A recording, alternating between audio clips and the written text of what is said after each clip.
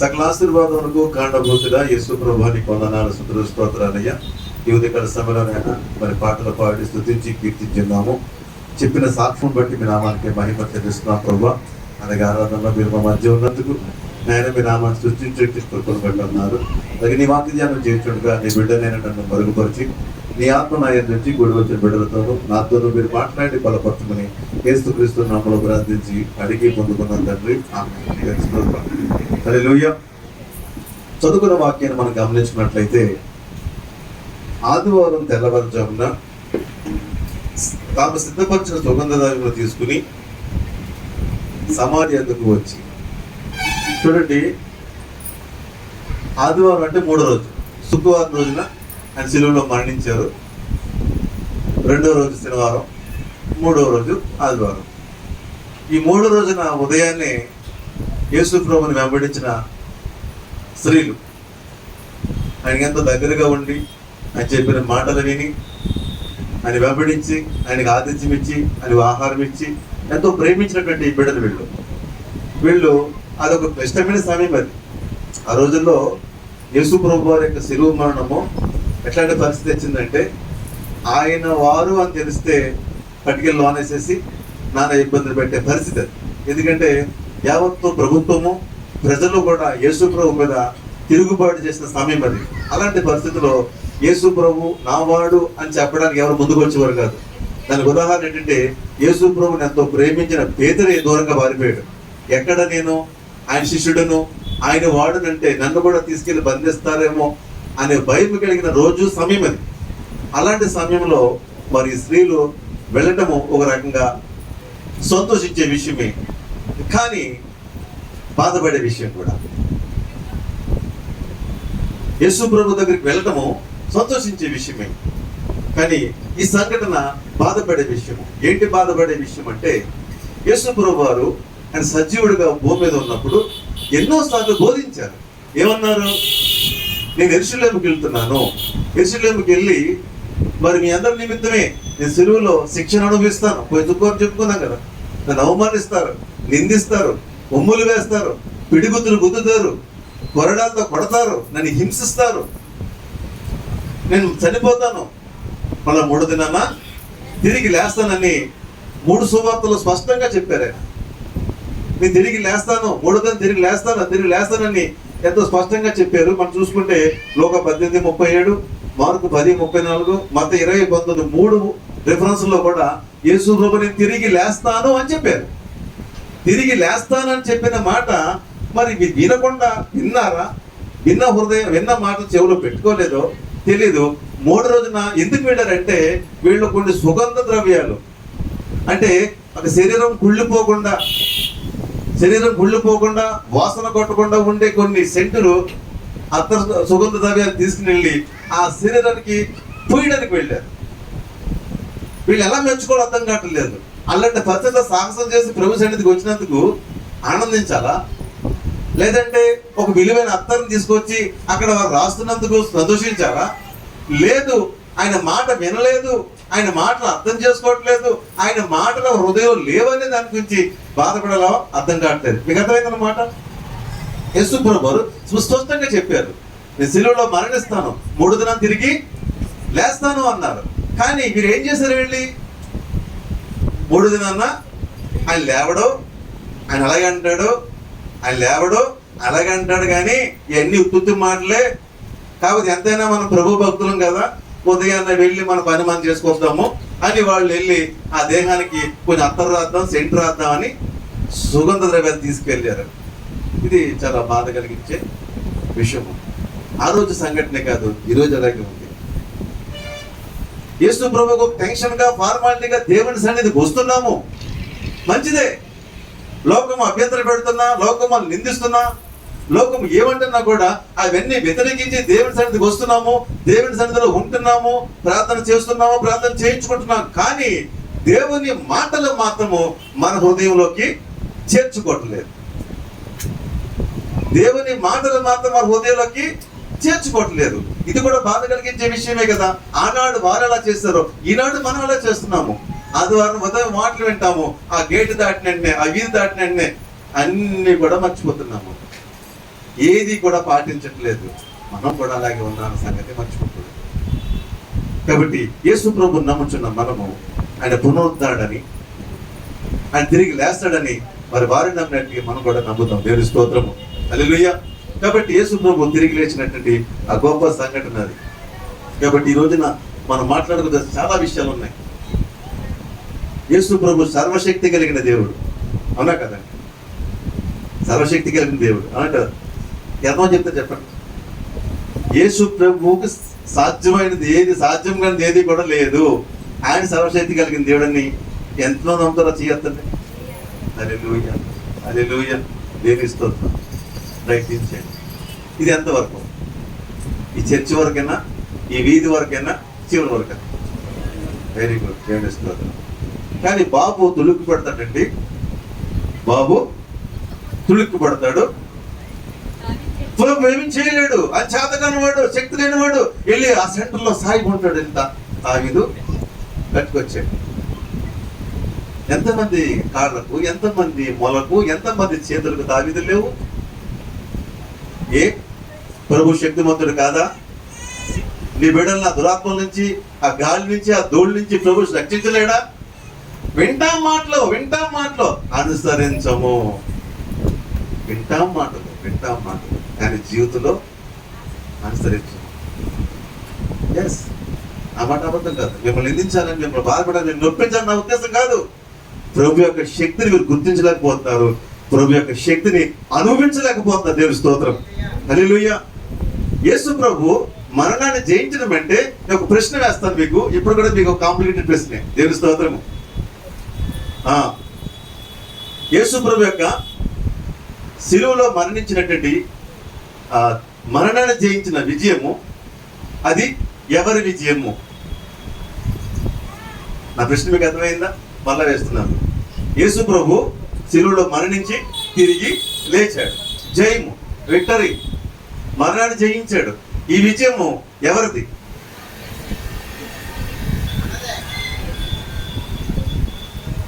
ఎవరిది?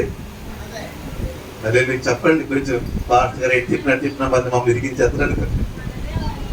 ఎవరిది ఇది? మనది విజయం. దేవుని స్తోత్రం. దేవుని విజయం కాదు ఇది. ఈ మాట అంటే మీకు కొంచెం కంగారుగా ఉండొచ్చు. ఏంటంటే బాబు దేవుడిని అంటే అనొచ్చు. నేను దేవుడిని అంటలా, గుర్తుపెట్టుకోండి. దేవుడు ఎప్పుడు విజయమే. దేవుడి స్తోత్రం. దేవుడికి అపజయం ఎట్లా ఉంటుంది అసలు? అది సర్వశక్తిమంతుడు, ఆయన అపజయం కలిగిన దేవుడు. దేవుడికి అపజయమైనది ఓడిపోతున్నవాడు మానవుడే. మానవుడే. అందులో చివరి వాడు ఎక్కడంటే మరణము దగ్గర. మరణముడు జయించలేడు. భూమి మీద ఎవడు కూడా లేడు. భూమి మీద పుట్టిన ప్రతి మానవుడు కూడా మరణం ముందు ఓడిపోయాడు. The great Alexander. చాలా మందిని పిలుస్తారు. మన మధ్య డాక్టర్ గారు గోపీనాథ్ గారు అంటారు. అలాగే మంచి నైపుణ్యం కలిగినటువంటి మంచి పండితనం ఉన్న ఏలే గారు అంటారు. ఇలా మనందరికీ కూడా పేర్లు ఉంటాయి. కానీ 10 మంది మాట ఎలా అంటారు? ది గ్రేట్ అంటారు. ఏమంటారు? ది గ్రేట్ అంటే వాళ్ళు ప్రత్యేకించబడిన వ్యక్తులు. ది గ్రేట్ అన్నారు ఎవరిని? అలెగ్జాండర్. ది గ్రేట్ అని అనగానే మనం చెప్పగలిగే వ్యక్తి ఎవరు? అలెగ్జాండర్. జాతిపిత అంటే మహాత్మా గాంధీ. అంటే ఒక ప్రత్యేకమైన పదములు. వాళ్ళు ఒక ప్రత్యేకించబడిన వారు. ఉద్యమ స్ఫూర్తిలో కానీ, విజయాలు సాధించడంలో కానీ, జ్ఞానంలో కానీ వాళ్ళు ప్రత్యేకించబడిన వారు కొంతమంది భూమి మీద ఉన్నారు. ద గ్రేట్ అలెగ్జాండర్ అనే ఒక వ్యక్తి ప్రపంచాన్ని జయించాడు. ఆయన చరిత్ర అందరూ తెలిసిన విషయమే. అతి చిన్న వయసులోనే ఆయన రాజుగా ఉన్నాడు. అది యవన ప్రాయంలోనే ఎన్నో జయములు సాధించాడు. ఆయన ముందు యుద్ధం చేయలేక అనేక దేశ దాసం అయిపోయినాయి. మీతో యుద్ధం చేసి మేము గెలవలేము, కావాలంటే కొంత డబ్బు కట్టేస్తాను నెల సంవత్సరం అని ఓడిపోయిన వాళ్ళు చాలా మంది ఉన్నారు. యుద్ధం చేసి ఓటమి పోయిన వాళ్ళు ఎంతో మంది ఉన్నారు ఈ ప్రపంచంలో. అందరూ కూడా అలెగ్జాండర్ ముందు ఓడిపోయారు. అసలు అలెగ్జాండర్ అలాగ సముద్రం ఒడ్డుకి వెళ్ళాడట. సముద్రం ఒడ్డుకి వెళ్ళి అని అంటున్నాడు, ఈ సముద్రం కూడా నీళ్ళు లేకపోతే బాగున్నాం, ఇది నీళ్ళు కూడా బాగుండంటే అటుపక్క కూడా భూమి ఉంటే దాన్ని కూడా జయిందని నేను. అంటే ఏంటి? భూమి అంతా జయించేసాను నేను, ఇంకా నాకేం మిగిలింది? కనబడ సముద్రము, అది కూడా నేల అయిపోతే అక్కడ కూడా యుద్ధం చేద్దును అంటే తను అనుకుంటున్నాడు, ఈ భూమి మీద నేను జయించలేని ఏది కూడా లేదు అన్నాడు. అన్న వ్యక్తి ఒకరోజు నాకు చిన్న దోమ కరిసింది, జ్వరం వచ్చింది, ఆ జ్వరానికి చచ్చిపోయాడు. ఆయన పోయే ముందు 3 కోరికలు కోరుకున్నాడు. ఏంటంటే, ఒకటి, నా దేహం వెళ్తున్నప్పుడు డబ్బులు చల్లమన్నాడు. అంటే ఇవన్నీ ఎందుకు పనికిరానివి, ఎంతో సంపాదించాను, అవి ఎందుకంటే పారేసుకోవడం తప్ప ఏం కూడబట్టడానికి లేదు. రెండవది, ఆయన దేహం ముందు, ఆ శవం ముందు ఏం చెప్పాడంటే వైద్యులు ముందు పెట్టమన్నాడు. వైద్యులు, ద గ్రేట్ అలెగ్జాండర్ మహా చక్రవర్తి, ఆయన వైద్యం చేయడం డాక్టర్లు ఉన్నారు, ఎంతో మంది డాక్టర్లు ముందు పెట్టుకున్నాడు. ఎంతమంది డాక్టర్లు ఉన్నా సరే నువ్వేమి బ్రతకలేవు. ఎంతమంది డాక్టర్లు అదే సాక్ష్యం చెప్పాడు.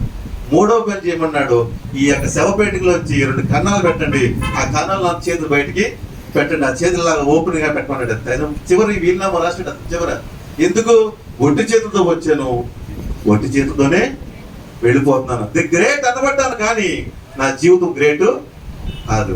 గొప్ప గొప్ప వాళ్ళు భూమి మీద పుట్టారు, కానీ అందరూ కూడా మరణం ముందు ఓడిపోయారు. ఒకే ఒక వ్యక్తి పుట్టాడు, మరణాన్ని జయించాడు, ఆయనే యేసు ప్రభు. చెప్పండి హల్లెలూయా. ఇది ఎవరికి సాధ్యము కాదండి. ఎవరు ఆయన? యేసు. యేసు ఎవరు? పరిపూర్ణ మానవుడు. తెలుస్తోంది. నీ పక్షంగా, నా పక్షంగా మానవుడిగా జన్మించి, ఏ మానవుడైతే ఎక్కడ ఓడిపోతున్నాడో, ఓడిపోతున్న ప్రతి చోట గెలిపించడానికే ప్రభు వచ్చాడు. స్తోత్రం.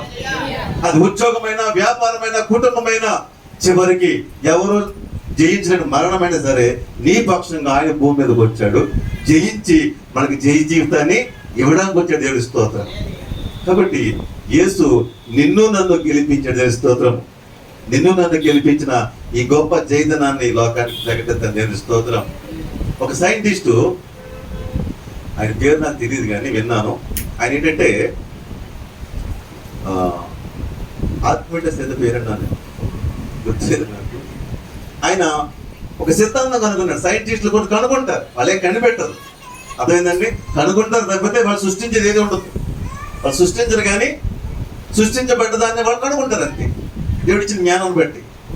ఈయన ఏం చేశాడంటే, ఒకసారి స్విమ్మింగ్ పూల్లోకి దిగాడంట. దిగ్గానే ఆయనకి ఒక ఆలోచన వచ్చింది. ఏంటంటే, ఆయన నీటిలో దిగ్గానే బరువును కోల్పోయాడట. బరువును కోల్పోయాడు. ఆయన 80 కేజీలు బరువు ఉన్నాడు అనుకోండి, 40 కేజీలు బరువు అర్థమైపోయింది. ఎంతో బరువు ఉన్నాను, నీటిలో పడగానే తేలికేంటి అని సూత్రం. ఆయన ఏం అనుకున్నాడంటే, ఎంత బరువైన వస్తువు అయినా సరే నీటిలో పడగానే తన బరువును కొంత కోల్పోతుంది అని సూత్రాన్ని కనుగొన్నాడు. ఎక్కడ కనుగొన్నాడు? నీటిలో దిగిన తర్వాత. ఏ స్థితిలో కనుగొన్నాడు ఆయన? స్విమ్మింగ్ పూల్లో దిగి, స్విమ్మింగ్ పూల్కి ఎలాగెళ్ళాడు? అండర్వేర్తో వెళ్ళాడు. అండర్వేర్ తోటి స్విమ్మింగ్ పూల్ చేస్తూ ఒక సూత్రాన్ని కనుగొన్నాడు. కనుగొని ఆయన ఏం చేసిన తెలుసా? అది 5 స్టార్ హోటల్. అది ఆ హోటల్లో ఆ స్విమ్మింగ్ పూల్ నుంచి బయటకు లేచిపోయి ఆయన అంటాడు, నేను కనుగొన్నాను అంటున్నాడు. అందరూ ఆయన ఏం చేస్తున్నారు సార్ని, ఏంటా బాబు ఈయన వడ్డీ మీద సరైన బట్టలు లేవు, ఒక డ్రాయింగ్ కనుగొన్నాను ఆయన ఆనందం తట్టుకోలేకపోతున్నాడు. ఎందుకంటే నేను కనుగొన్నాను అంటే, ఏం కనుగొన్నావు? ఏంటి కనుగొన్నావు అంటే, నేను కనుగొన్నాను ఒక సూత్రాన్ని. నీటిలో ఏదైనా తన బరువు వేస్తే ఆ బరువును అది కోల్పోతుంది. నీటిలో ఎంత బరువైన వస్తే తన బరువును కోల్పోతుందని నేను కనుగొన్నాను అని ఆ హోటల్లోంచి బయటకు వచ్చి వీధుల్లో దిగడట. వీధుల్లో కూడా వెళ్ళి వీధుల్లో తిరుగుతాడు. నేను కనుగొన్నాను అంటే వీధులందరూ అడుగుతారు. ఏమని అడుగుతారు? ఏం కనుగొన్నావు అంటే తను కనుగొన్న సూత్రాన్ని చెప్పాడు. దేవుని స్తోత్రము. ఎంతో మంది కనుగొన్నారు. ఆయన కూడా ఒకటి. ఆ సూత్రాన్ని బట్టి షిప్పులు బరువు ఎన్ని తగ్గి పెట్టారు. నీటిలో ప్రయాణించే చాలా విలువైన వాటిని ఆ సూత్రంలోనే కనిపెట్టారు. రైట్, మంచిదే. కానీ అంతకంటే ఒకటి కనుగొన్నాం. ఏంటి? మానవుడు మరణమును జయిస్తాడు. దేవుని స్తోత్రం. ఇది కనుగొన్నాం. దేవుని స్తోత్రం. ఇది ప్రపంచానికి, లోకానికి చాటాలి మనం. దేవుని స్తోత్రం. ఈరోజు మధ్యాహ్నం ఆ పని మనం చెయ్యాలి. చాలా మందికి తెలియదు, చాలా మందికి విషయము తెలియదు. బైబిల్లో 2 వ్యక్తులు ఉన్నారండి.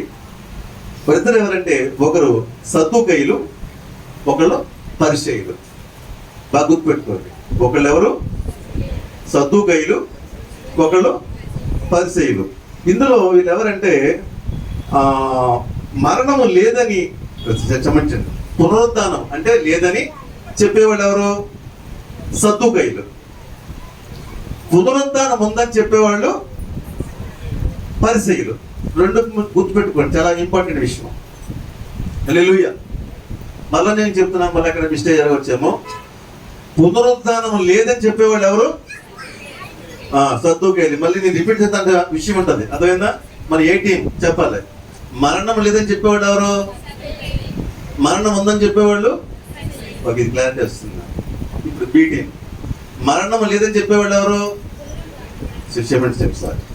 పునరుద్ధానం లేదని చెప్పేవాళ్ళు ఎవరు? ఎవరికైనా బబ్బులుగా తింటారు.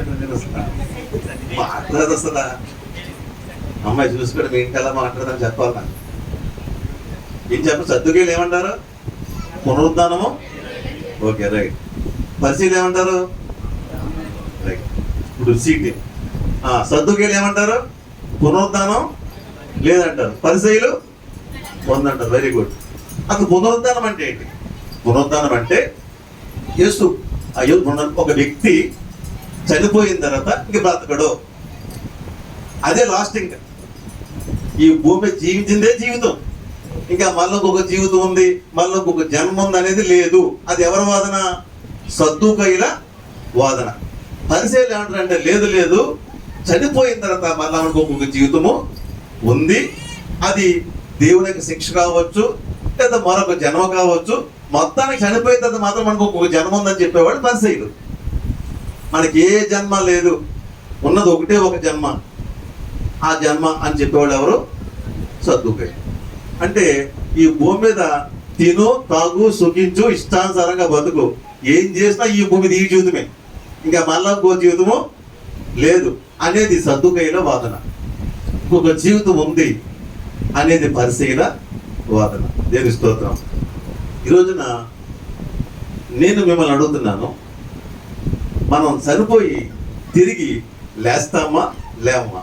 ఏంటి అంటే మీరు పరిశీలే కదా, సద్దుకైలు కాదు. Okay, right. మీరు చనిపోయి తిరిగి లేస్తారా లేవరా?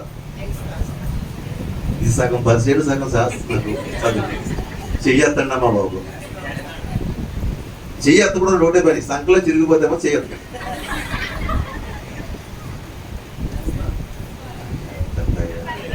హల్లెలూయా.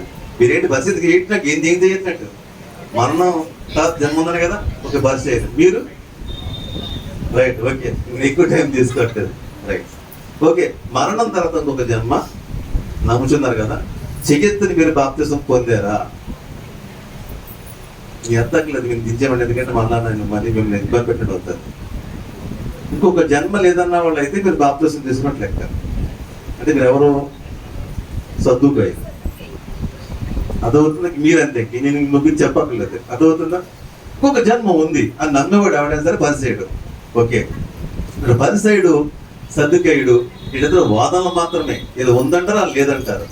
కానీ యేసు ప్రభు ఈ వాదన విషయంలో మాట్లాడుతున్నాడు. ఇందులో వాళ్ళకు డౌట్ పెట్టారు. ఏంటంటే ఒక రోజున యేసు ప్రభు వారు వచ్చారు, పరిసయుడు సద్దుకైలు వచ్చారు. ప్రభువా, నువ్వు మరణం తర్వాత ఇంకొక జీవితం ఉందంటున్నావు, నీ బోధ ఉందనే బోధ, మేము లేదు అంటుంటాము. ఇద్దరు వచ్చి చాలాసార్లు శోధించేవారు. ఒక రోజు యేసు ప్రభు అన్నారు, ఓకే నువ్వు ఉందంటున్నావు కరెక్టే, ఒక ఆవిడకు చెప్పుకొచ్చారు. ఒక ఆవిడ ఉంది ప్రభువా, ఆవిడకి పెళ్ళయింది, భర్త చనిపోయాడు, మళ్ళా ఇంకో పెళ్లి చేశారు, మళ్ళీ ఆయన చనిపోయాడు. ఇలాగా చేస్తున్నారు, చనిపోతున్నారు. మొత్తానికి ఆమె 7 పెళ్ళిళ్ళు చేసుకుంది, 7 చనిపోయారు.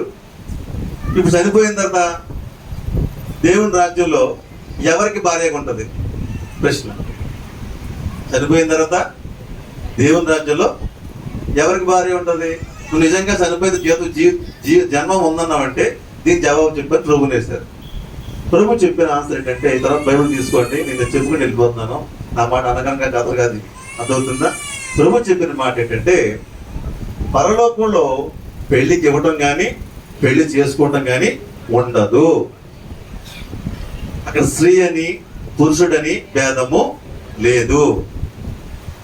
అయితే అక్కడ మనం ఏంటి అర్థం చేసుకోండి. ఈ భూమి మీద స్త్రీ అని పురుషుడని కొంత భేదం ఉంది. ఈ భేదం చేత పురుషులు మేము పురుషులు అండి అనేదో కొంచెం నెత్తి మీద రెండు కోములు పెట్టుకుంటారు.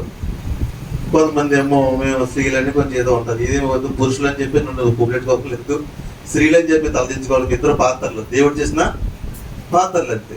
అంతేగా ఇది ఎవరు ఎక్కువ ఎవరు తక్కువ అని ఏమీ కూడా లేదు, గుర్తుపెట్టుకోండి. అర్థమవుతుందా?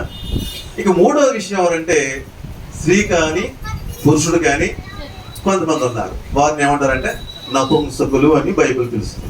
నపుంసకులు. ఈ సమాజంలో వారిని హెజ్రాస్ అని కూడా పిలుస్తారు. ఓకే, మరి వాళ్ళకు ప్రశ్న ఉండిపోయింది, మరి మేమేంటి అనే ప్రశ్న. ఎందుకంటే ఈ లోకంలో మరి మన దేశ సాంప్రదాయంలో ఒక ఇది ఉంది, ఒక శ్లోకం ఉంది, మరొక విధానం. అది అపుత్రస్య గతిర్నాస్తి స్వర్గో నైవచ. అపుత్రస్య గతిర్నాస్తి స్వర్గో నైవచ. మరి పుత్రుడు లేని వాడికి స్వర్గము లేదు, నరకమే గతి. అర్థమంతా? పుత్రుడు లేని వాడికి అంటే బిడ్డలు లేని వాడికి నరకమే గతి. బిడ్డలు కూడా లేదు, పుత్రుడు అన్నారు. ఏమన్నారు? పుత్రుడు లేని వాడికి నరకమే గతి అని ఆ శ్లోకం చెప్తుంది. అది నా మాట కాదు, వేదాల్లో ఉన్న మాట నేను చెప్తున్నాను. అర్థమవుతుందా? అయితే దీని మీద ఉన్న ప్రశ్న వచ్చింది ఏంటంటే, ప్రభువా మరి అలా అన్నారు, అడిగారు వాళ్ళని. ప్రశ్న ఏంటంటే, అయ్యా మీరు ఇలా అన్నారు, మరి మాకు అబ్బాయిలు లేరు, అందుకే పూర్వకాలంలో ఎంతమందిని కానీ చివరికి ఒక అబ్బాయి కూడా ప్రయత్నం, ఎందుకంటే వాడే నాకు పునర్నరకాన్ని తప్పిస్తాడని వాళ్ళ ఆలోచన ఉండేది. రైట్. అయితే వాళ్ళు అన్నారు, మరి నాకు అమ్మాయిలే పుట్టారు, అబ్బాయిలు పుట్టలేదు, నా పరిస్థితి ఏంటి అని వాళ్ళు అడిగారు. అప్పుడు నిజంగా అబ్బాయి లేకుండా వాడు నరకానికి పోతే దేవుడు ప్రశ్నించడా? అబ్బాయిని ఇచ్చినా అమ్మాయిని ఇచ్చినా అది నీ చేతిలోనే ఉందని మా చేతిలో ఏమైనా ఉందా? కాబట్టి అబ్బాయిలు లేనందుకు నరకం పోవడం అంటే ఎంతవరకు న్యాయమని దేవుడిని అడగరా? దేవుడు అన్యాయస్తుడు కాదు కదా. కాబట్టి ఇలాంటి ప్రశ్నకు ఒక జవాబు అనేది కావాలి. కానీ అదే శ్లోకం ఏం చెప్తుందంటే, నరకాత్రాయిత్రి ఇది పుత్ర అన్నాడు. అంటే నరకాత్రాయిత్రి ఇది పుత్ర అంటే నరకం తప్పించిన వాడు ఈ కుమారుడు సుమ. అదే కుమారుడు? యెష గ్రంథంలో తెలియదు, ఈ కుమారుడు యేసుప్రభువు. ఏలయనగా మనకు శిశువు పుట్టును, కుమారుడు అనుగ్రహించబడును. అర్థమవుతుందా? ఓకే, అమ్మాయిలు పుట్టారు అడిగితే ప్రశ్నలా వచ్చింది. రెండవది ప్రశ్న ఏంటంటే పిల్లలే లేరు, దానికి ఏం జవాబు చెప్పాలి? శ్లోకం చెప్పింది అపుత్రస్య గతిర్నాస్తి స్వర్గో నైవచ. అంటే పిల్లలు లేకపోతే, కొడుకులు లేకపోతే మీకు స్వర్గంలో ప్రవేశం లేదు, నరకమే గతి అన్నారు. ఓకే, మంచిది. మరి ఇప్పుడు ఆడపిల్లలు కాదు, అసలు పిల్లలే లేరు, అప్పుడు పరిస్థితి ఏంటి? అది కూడా దేవుని అడుగుతారు కదా, మాకు బిడ్డలు ఇచ్చినా లేకపోతే నీ చేతిలో ఉన్నది నా చేతిలో అడగరా? కాబట్టి ఇవన్నీ కూడా ఒక దినాన కొట్టువేయబడ్డాయి. ఇంకొక ప్రశ్నకి ఈ మాట ఎందుకు నేను జ్ఞాపం చేశానంటే, ఇది ఆడ కాకుండా మగ కాకుండా మనుషులు ఎవరు? నపుంసకులు. వాళ్ళ పరిస్థితి ఏంటి? వాళ్ళు ప్రశ్నించరా? కాబట్టి ఈ భూమి మీదే మనకి స్త్రీ పురుషుడు నపుంసకుడు భేదం తప్పితే దేవుని రాజ్యంలోకి వెళ్ళిపోయిన తర్వాత అక్కడ స్త్రీ అని పురుషుడని నపుంసకుడు భేదము లేదు. అక్కడ అంతా కూడా మనం ఎవరమంటే దేవుని వాక్యం చెప్తుంది. లోక సువార్త 20:36 దేవుని స్తోత్రము. లోక సువార్త వారు పునరుద్ధానంలో పాలివారై ఉండి దేవదూత సమానులను దేవుని కుమారులై ఉందురు కనుక వారికను చావనేరదు. హల్లెలూయా. వారు పునరుద్ధానములో పాలువారయండి దేవదూత సమానులను దేవుని కుమారులై ఉందురు కనుక వారిక చావనే చావరు. దేవుని స్తోత్రము. ఈ వాక్యం బట్టి ఏమర్థమైందంటే, మనము దేవదూతలం కాదు కానీ దేవదూతల కంటే ప్రత్యేకించబడిన వారం. దేవదూతల కంటే ప్రత్యేకించబడిన వారము. మనం ఏమై ఉన్నామో దేవుని కుమారులము. ఈ భూమి మీద నువ్వు పురుషుడిగా పుట్టినా, స్త్రీగా పుట్టినా, స్త్రీ పురుషుడు కాకుండా ఒక ఇజ్రాగా పుట్టినా కూడా దేవుని రాజ్యంలో మనం ఎవరమంటే దేవుని కుమారులము. ఈ భేదము ఈ భూమి మీద మన సంతానోత్పత్తి మాత్రం తప్పితే దేవుని రాజ్యంలో మాత్రం ఈ భేదం అనేది లేదు. కాబట్టి మనం వాక్యం చేస్తుంది, మనకు ఖచ్చితంగా పునరుద్ధానము ఉంది. ఈ పునరుద్ధానాన్ని నువ్వు నమ్ముచున్నావు. దేవునికి స్తోత్రము. అయితే మన పునరుద్ధానానికి ఆధారం ఏంటి? పునరుద్ధానం ఉందని పరిశీలి చెప్తున్నారు, పునరుద్ధానం లేదని సద్దుకేలు చెప్తున్నారు. అసలు పునరుద్ధానం ఉందని రుజువు చేయడానికి ఎవరి లోకానికి వచ్చారు? యేసు ప్రభు లోకానికి వచ్చాడు. అయితే ఆ పునరుద్ధానము ఎలా కలుగుతుందంటే, ఆయనను నమ్ముట ద్వారా, ఆయనందు విశ్వాసం ఉంచడం ద్వారా. యేసు ప్రభువునందు ఎవరైతే విశ్వాసం ఉంచుతారో, విశ్వాసం ఉంచిన ప్రతి ఒక్కడు కూడా ఏమవుతున్నాడు? ఆయనతో లేపబడి దేవుని రాజ్యంలో ఆయన కుమారుడుగా ఏర్పాటు చేయబడుతున్నాడు. దేవునికి స్తోత్రము, హల్లెలూయా. కాబట్టి మనం పునరుద్ధానం ఉందని నమ్ముతున్నాము. ఆ పునరుద్ధానం ఎవరి వల్ల కలుగుతుంది? యేసు వల్ల కలుగుతుంది. చూద్దామా యోహాను సువార్త 11:25. యోహాను సువార్త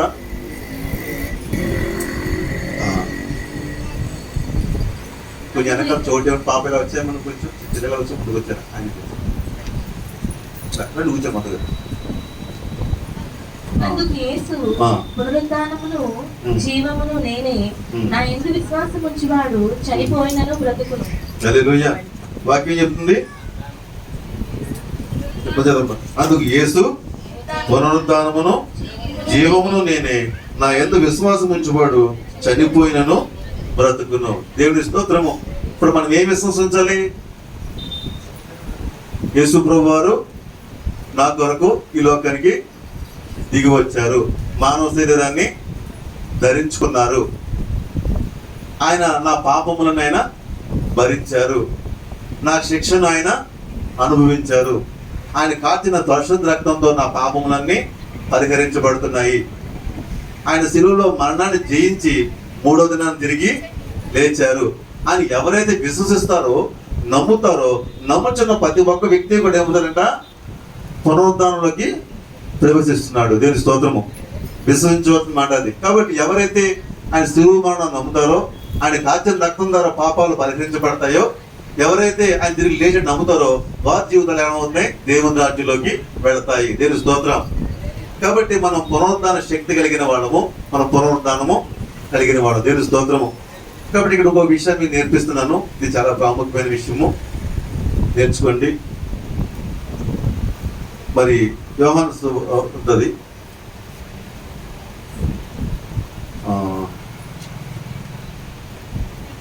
మంచి విషయం నేర్చుకోవాలి ఈ రోజున. కొరింథీయులకు రాసిన మొదటి పత్రిక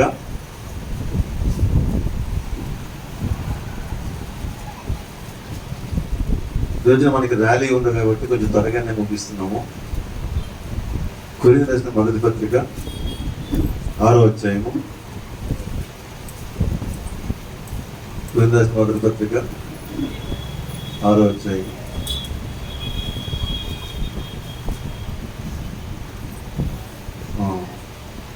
పదిహేను వచనము, 14వ వచనం చెప్పు. దేవుడు ప్రభువును లేపును, మనలను కూడా తన శక్తి వలన లేపును. దేవునికి స్తోత్రం, హల్లెలూయా. దేవుడు ప్రభువును లేపెను, మనలను కూడా తన శక్తి వలన లేపును. దేవుని స్తోత్రము. ఎవరైతే యేసు ప్రభువును విశ్వసించారో, ఇంకొక మాట నేను తీసుకోండి, చాలా ఇంపార్టెంట్ విషయం ఇది. ఇది కొంచెం మీకు లోతైన అర్థం ఇస్తుంది, కానీ తప్పనిసరిగా తెలుసుకోవాల్సిన అవసరం ఉందని మీకు నేర్పిస్తున్నాను. రోమపత్రిక 6వ అధ్యాయము. మీరు చాలా మంది మరి మారుమనసు పొంది బాప్తిసం తీసుకున్న సమయంలో తప్పకుండా ఈ అధ్యాయాన్ని మీకు వివరిస్తుంటాము. రోమపత్రిక 6వ అధ్యాయము.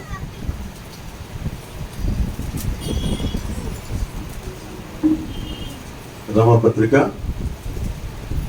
6వ అధ్యాయంలో మనకి ఇక్కడ మనకి విషయం తెలిసింది. 3వ చదువుకుందాము.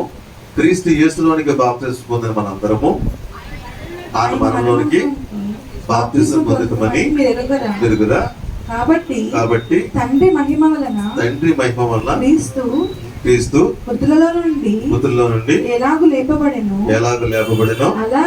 అలాగే మనమును నూతన జీవము పొందిన వారమై నడుచుకున్నట్లు మనము బాప్తిస్మము వలన మరణములో పాలుపొందుటకై ఆయనతో కూడా పాతి పెట్టబడితిమి.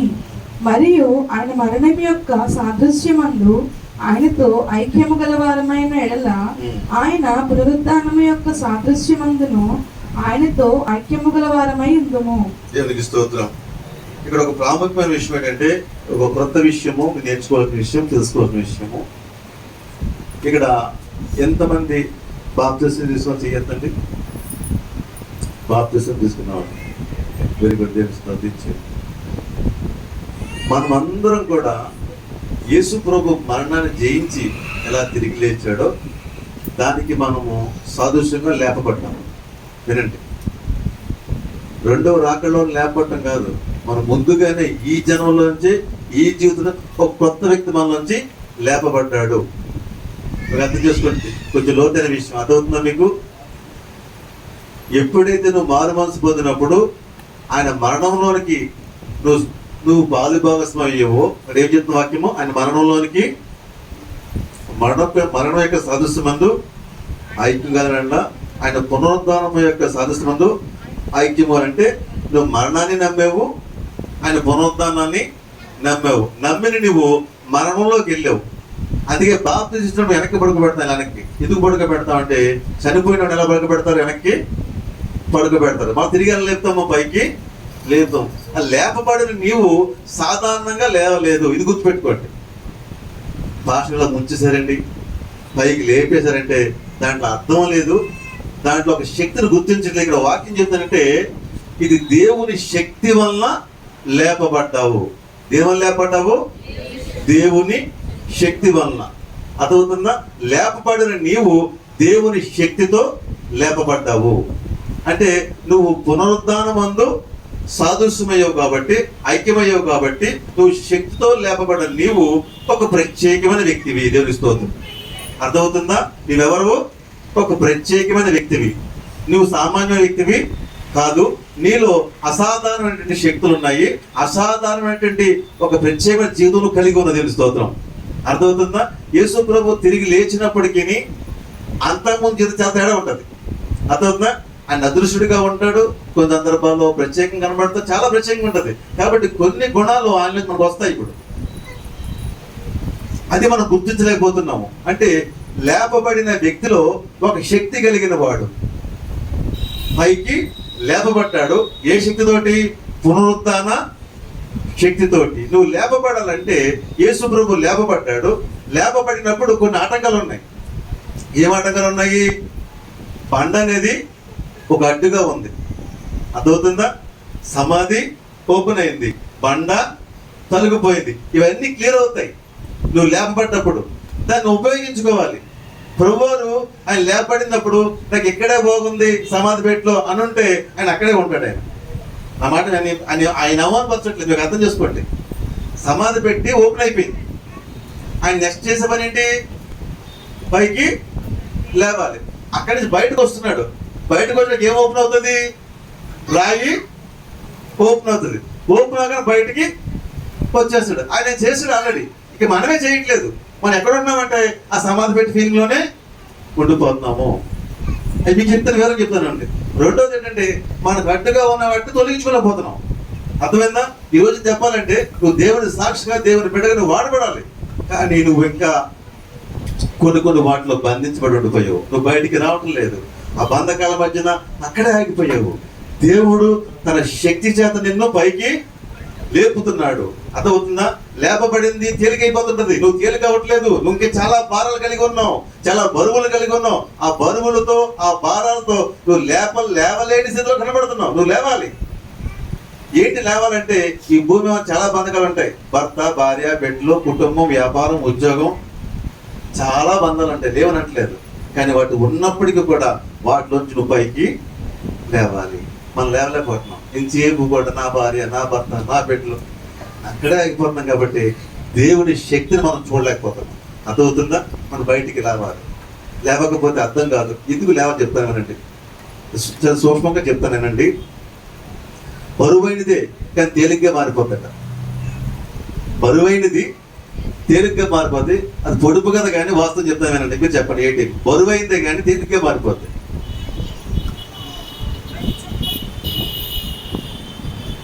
బరువైనది తేలిగ్గా మారిపోద్ది. ఏంటి? Okay, pass B. బరువైనది తేలిగ్గా మారిపోద్ది. టాకెట్ టీకెట్ వచ్చిన మార్పు కాదు, వచ్చిన చెప్తాను. ఓకే ఓకే, బరువైనది తేలిగ్గా మారిపోద్ది. ఏంటి? నేను చెప్తాను. అయిపోయింది. ఎక్కువసేపు వ్యాపారం మేము క్వశ్చన్ చేసి నేను ఇబ్బంది కాదు. ఈ విషయం మీ హృదయాల్లోకి చేరని నా ఉద్దేశం. అర్థమవుతుందా? బరువైనది, తేలిక బరువు. నీరు ఎంత బరువు అయిందండి? బరువే కాదు చెప్పండి, బరువేనా? చాలా బరువు అది. కానీ అది పైకి వెళ్ళిపోతుంది. ఎలా వెళ్తుంది? ఎలా వెళ్తుంది? మేఘం అయిపోతుంది. మేఘంలో ఏమున్నాయి? నీళ్ళు లేదా? కానీ ఎలా వెళ్తుంది? రెక్కలు నట్టుకు వెళ్తుంటుంది. అర్థమవుతుందా? నీరే, అది ఎగురుతుంది, అది తిరుగుతుంది, అది బరువైనదే కానీ అది గాల్లో తిరుగుతుంది. దేవునికి స్తోత్రం. మనం కూడా భారభరితమైన జీవితాలు కలిగి ఉన్నాం, కానీ నువ్వు పునరుద్ధరణ శక్తితో లేపబడితే ఒక మేఘం వలె లేస్తావు. దేవునికి స్తోత్రం. మీకు ఇంకా ఈ భావం అర్థం కాకపోవచ్చు. ఎందుకు నువ్వు మేఘం వలె లేవాలి? ఈ మేఘం ఏం చేస్తుంది? దాంట్లో ఎన్నో నీళ్లు ఉంటాయి కదా, ఆ నీళ్ళన్నీ అది లెక్కట్లో కొన్ని లక్షల నీళ్లు ఎక్కడ వస్తున్నాయి? అన్ని మేఘాలు వచ్చాయి కదా, అన్ని మేఘాలు వచ్చాయి. అంత బరువైంది తేలిగ్గా మారిపోయింది. తేలిగ్గా మారి అది అవసరమైన చోట దేవుడు కురిపిస్తున్నాడు. దేవుని స్తోత్రము. నీవు కూడా బరువైన జీవితంలో ఉండిపోతే కుదరదు. నువ్వు లేవాలి. దేంతో లేవాలి? పునరుద్ధరణ శక్తితో లేవాలి. యేసు ప్రభువు ఒక మాట అన్నారు. మీకు ఇది కొంచెం ఈరోజు కొంచెం మీకు దీన్ని ఏమంటారంటే డీప్ మెసేజ్ అంటారు, లోతైనవి. ఒక మాట చెప్తానండి. యోహాను సువార్త 7వ అధ్యాయము 38వ వచనం. 7 నా యందు విశ్వాసముంచి వాడెవడో లేఖనము చెప్పినట్లు వారి కడుపులో నుండి జీవజల నదులు పారునని బిగ్గరగా చెప్పాను. హల్లెలూయా. అంటే ఆయన విశ్వసించి మనం బాప్తిసం పొందాం. అంటే మరణంలో సాదృశ్యమయ్యాం. ఒకటి, విశ్వసించాం కదా ఆయన నీ కొరకు మరణించడం. రెండవది, ఆయన విశ్వసించాం ఏంటి? తిరిగి లేచాడని. ఓకే, విశ్వసించిన నీలో ఏమి రావాలి? జీవజల నదులు, చుక్కలు కాదు, నదులు రావాలి. నదులు ఎలా వస్తాయి భూమి మీదకి? మేఘాలు వర్షం కురిస్తేనే వస్తున్నాయి కదా, అవునా కదండి? మేఘాలు పైనుంచి కురిస్తేనే అవి నీరు నదులుగా మారుతున్నాయి. కాబట్టి నువ్వు ఒక మేఘమే. నువ్వు పైకి లేవా. దేవుడు ఎలా తేలిగ్గా మారుతాడు? పునరుద్ధరణ శక్తితో మారుతావు. నువ్వు దేని కురుస్తావు? అది వర్షం కురుస్తుంది, నీరు. నువ్వేంటి? జీవజలము కురుస్తావు. దేవుని స్తోత్రం. నా మాట మీకు అర్థం అవుతుందండి. నీవు ఒక జీవజల ఓటగా మారాలంటే మొదట నీ బరువుల స్థాయిలోంచి పైకి లేవాలి. నువ్వు ఆ బంధకాల్లో ఉండిపోతే, అలాగే మరుగున పడిపోతే నువ్వు జీవజలంగా వాడబడవు. దేవుడి స్తోత్రము. దేవుడు మేఘాన్ని ఎక్కడ వర్షమావసరానికి పంపిస్తాడు. ఈ లోకంలో ఎక్కడ నిర్జీవంగా ఉన్నారో నువ్వు జీవం తీసుకురాలంటే నువ్వు వెళ్ళాలి. ఆ జీవజల వర్షం వారి మీద కురిపించాలి. ఆ జీవజలం వాళ్ళ నుంచి ఒక జీవం కలిగి ఉండాలి. దేవుడి స్తోత్రం. ఉదాహరణకు ముగించే సేవ సమయం ఇది. ఒక హాస్పిటల్లో ఒక వ్యక్తి నిర్జీవంగా ఉన్నాడు. అనారోగ్యం కావచ్చు, ఏదో అనారోగ్యం అనుకున్నాం హాస్పిటల్. ఒక కుటుంబంలో వ్యక్తి కుటుంబ సమస్యలతోటి, ఆర్థిక ఇబ్బందులతో నిర్జీవంగా ఉన్నాడు ఆ బంధకాల్లో. లేదా ఒక కుటుంబంలో ఒక మానసికమైన కుటుంబ సమస్యలో ఒక నిర్జీవంగా ఉన్నాడు. ఆ వ్యక్తి బతికి నీవు దేని వెళ్ళాలి? నువ్వు జీవజలంతో వెళ్ళాలి. అర్థమవుతుందా? వెళితే చూడండి, మళ్ళీ మీకు ఉదాహరణ చెప్తాను. ఒక భూమి ఉంది, ఎండిపోయి ఉంది, బీట్లో పారిపోయింది, అక్కడ మొక్క మొలట్లేదు. అక్కడ ఏం కావాలి? నీరు కావాలి. నీరు కావాలంటే పైకి ఏం రావాలి? మేఘం. చెప్పారు గ్లోరీ వెళ్ళి చెప్తుంది. ఎన్ని స్తోత్రం. ఏం రావాలి? వర్షం రావాలంటే ఏం వాడికి? మేఘం రావాలి. అంటే ఆ భూమి ఎండాలంటే, ఆ భూమి తడవాలన్నా, అక్కడ మొలాలన్నా, అది ఫలించాలన్నా ఏం రావాలి? వర్షం రావాలి. వర్షం రావాలంటే అక్కడ మేఘము రావాలి. ఈరోజు నాది ఒక పత్రిక. నీ పత్రిక ఏంటి?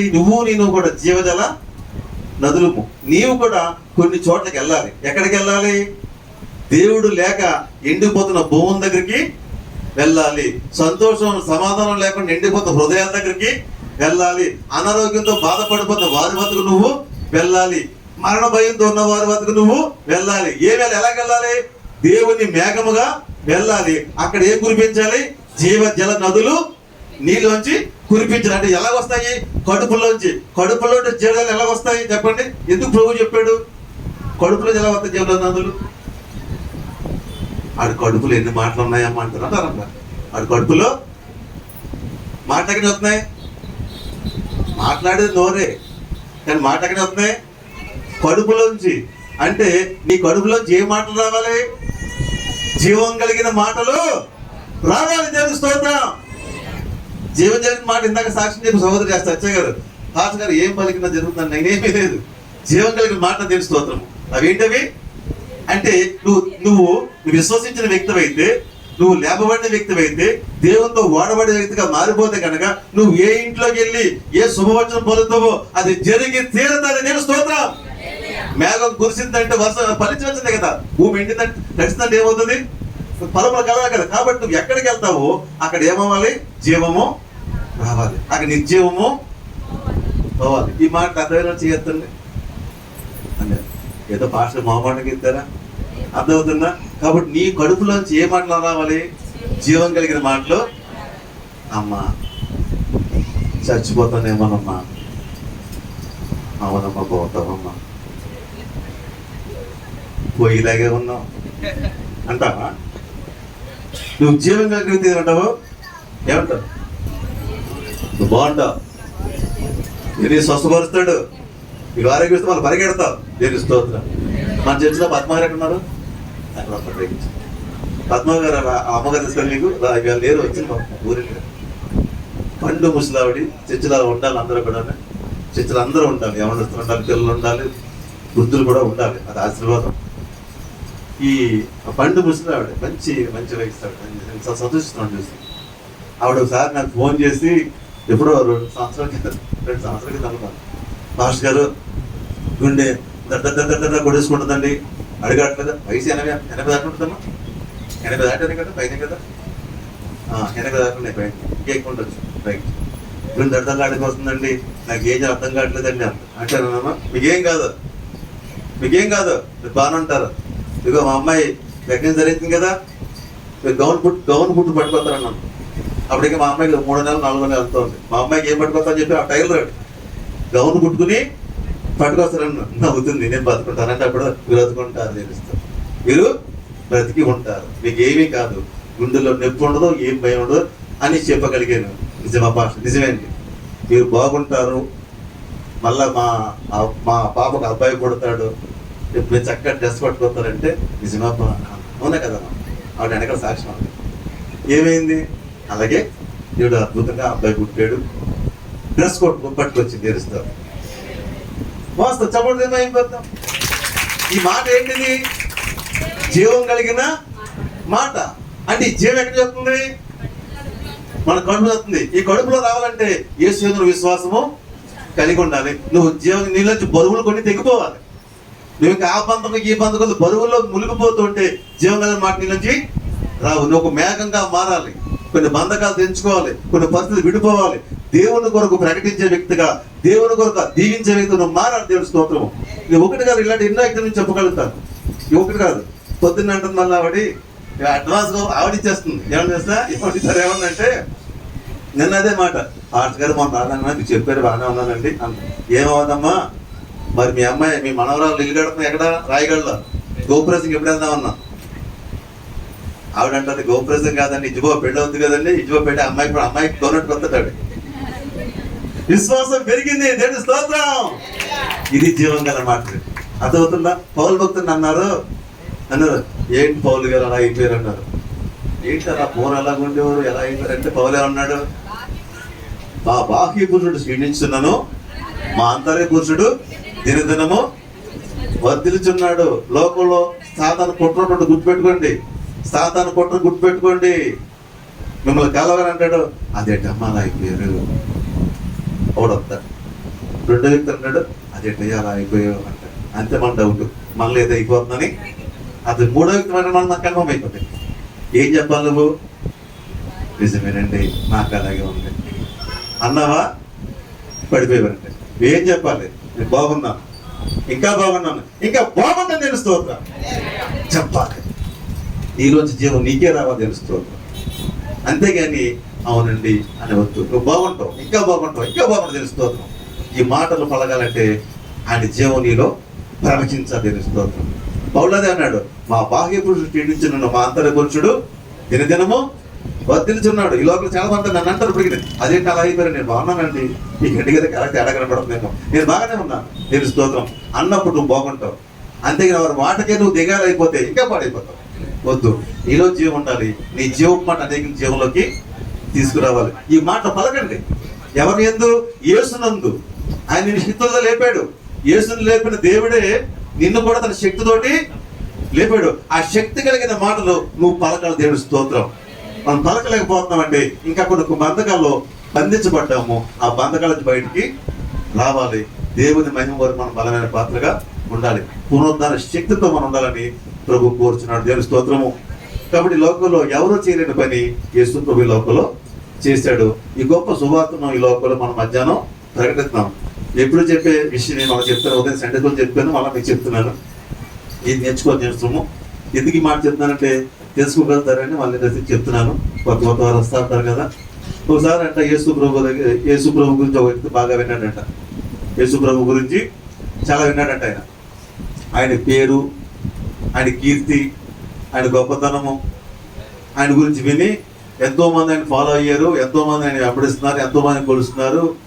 కాబట్టి ఆ వ్యక్తి కనిపించిందంట, నేను కూడా యేసు ప్రభు అందులోని అయిపోవాలనుకున్నాడు అనుకుని. అంటే ఎందుకు యేసు ప్రభు ఉన్న గొప్పతనం, ఆ కీర్తి నాకు కూడా రావాలనుకున్నాడు అని ఒక ఆలోచించి పాస్టర్ దగ్గరకు వచ్చాడంట. పాస్టర్ గారు నేను కూడా యేసు ప్రభు అందులోని అయిపోవాలి, ఏం చేయమంటారు అన్నాడు. మన తేజాన్ని అడిగాడు. తేజకు మంచి కోరిక ఉంది. ఏంటి? నేను కూడా యేసు ప్రభు అందులోని అయిపోవాలని. మంచిదే. ఆ నాన్నగారు అన్నారంట, అంతా కాదురా, యేసు ప్రభు అందులో అయిపోవడంలో కానీ యేసు ప్రభు నాకు అడిగితే లేదు నాకు ఫాలోయింగ్ కావాలి, నాకు ఇదంతా కావాలి అని అన్నాడంట. అయితే నాకు తెలియదులే, పాస్టర్ దగ్గర అన్నట్టు ఆ నాన్నగారు ఏదో జాన్ బాబు గారు అన్న దగ్గరకు వచ్చారు. ఎవరు తేజ వచ్చారు. పాస్టర్ గారు నేను యేసు ప్రభు అయిపోవాలి, ఏం చేయాలి చెప్పమన్నాడంట. అప్పుడు పాస్టర్ గారు అన్నారంట, బాబు యేసు ప్రభు ఎవడు అమలేము, అది సాధ్యమే పని కాదు, ఆయన మాట నడిస్తే చాలు అన్నాడంట. లేదండి నేను అంత అయిపోవాలి చెప్పండి అన్నాడంట. ఈ వదిలేండి అని చెప్పేసి పాస్టర్ గారు అన్నారంట, బాబు యేసు ప్రభు వారికి 12 మంది శిష్యులు ఉన్నారు, నీకు కూడా 12 మంది శిష్యులు కావాలి అబ్బాయి అన్నారంట. అప్పుడు మన తేజ ఊరుకుంటాడా? సార్ మనకు 12 మంది ఏంటండి, ఫేస్బుక్ ఫాలోయింగ్ ఉంది, స్కూల్ ఫాలోయింగ్ ఉంది, కాలేజీ ఫాలోయింగ్ ఉంది, మనకి చాలా ఫాలోయింగ్ ఉంది, 12 మంది ఏంటండి 120 మంది వస్తానట శిష్యుల్ని, ఇంకా ఎక్కువ వస్తారని అన్నాడు. ఓకే బాగున్నాం తప్ప. సరే అయితే మరి యేసు ప్రభులాగా నువ్వు కూడా సిలువలో శిక్షలు పొంది మరణించాలన్నారట. అయ్యో బాబాయ్ సార్ ఏదో 120 మంది తాగదురు కానీ నేను శిక్ష అంటే ఇది చెప్తాను కదా అబ్బాయి, యేసు ప్రభులా మనం ఎవరమా చేయలేమని ఆయన మనం అన్న కదంటే, లేదండి అవుతానండి. ఏం చేయమంటారు? సిలువలో ఎక్కి ఏం చేయాలి? నువ్వు శిక్ష పొందాలి. ఏం చేయాలి? చేతులకు మేకులు వేసుకుంటానండి, తలకు ముళ్ళు కిరీటం పెట్టుకుంటానండి, పక్కలో బళ్ళకు పొడి పెంచుకుంటానండి. మరి చనిపోలే అబ్బాయి. సరే చనిపోతానండి, ఎందుకంటే ఆయనలో అవ్వాలి కదా. ఓకే రైట్ అయింది. మరి మూడు చెప్పండి అన్నాడు. మూడోది ఏమీ లేదు అబ్బాయి, 3వ రోజు తిరిగి లేవాలి. మనడు షాకు, సార్ శిష్యులు తెచ్చుకుంటాను కానీ ఏదో సామాన్ చెప్తాను కానీ తిరిగి లేవటం నా వల్ల కాదు. ఫాస్ట్గా చెప్పారంట, అబ్బాయి అది నీ వల్ల కాదు, నా వల్ల కాదు, అది ఆయనకే సాధ్యం. అది ఆయనకే సాధ్యము. అలా ఎవరైనా ఉంటే యేసు లోక నామ సంవత్సరము అది ఆయనకే సాధ్యం. అర్థమైందా? తిరిగి లేవగలడు ఆయన. కాబట్టి నువ్వేం చేయాలంటే ఆయన అడుగులు నడిస్తే చాలు, అది నీకు ఆశీర్వాదం. నేను స్తోత్రము. ఈ గొప్ప ప్రభుని మధ్యాహ్నం ప్రకటిద్దాము. దేవుడి మాట దీవించిన కాక ప్రార్థన చేసుకుందాం. ఒక చరణం పాడుకుందాం.